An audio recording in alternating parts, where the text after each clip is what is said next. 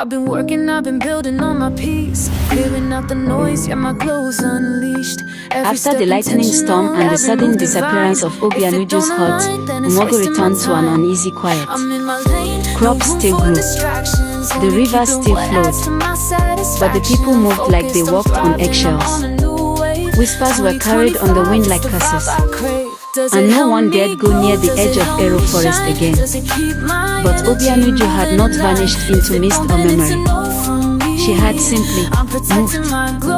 Miles away, beyond 3 rivers and 2 ridges, there sat another village called Amulu, a quiet farming settlement surrounded by yam fields and kola trees.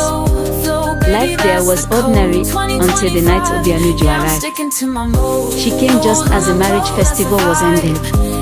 Lanterns still glowed. Drums had gone silent. The air smelled of palm wine and roasted bushmeat.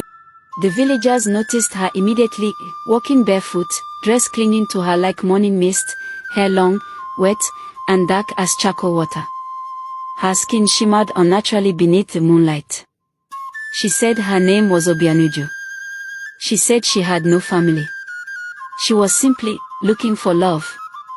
They welcomed her.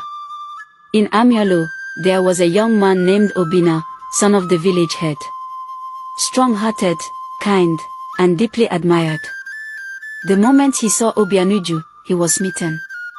Despite the warnings of the village priest, who said her presence felt like a drum beating beneath the soil, Obina courted her openly. Within 2 weeks, he declared his intention to marry her. And just like in Umwogo, men began to disappear. First, it was his cousin, Emeka, last seen walking Obanuju home after a night dance.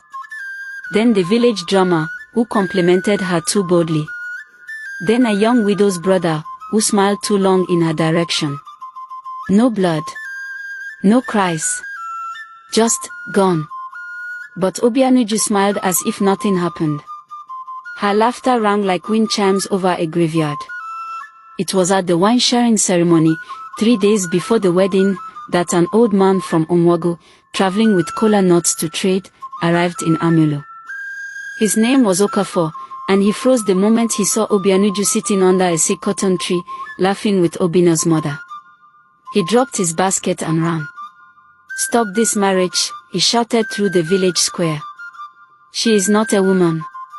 She is the bride of Ero. A forest spirit. A death in wrapper."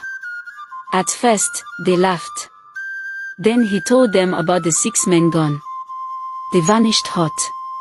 The lightning. The blind priest. The bleeding tree. And the whisper in Umwogo that still chilled his bones, "She is bone and wind and fire." Obina, humiliated and furious, demanded answers. That night, he stormed to Obanuju's hut,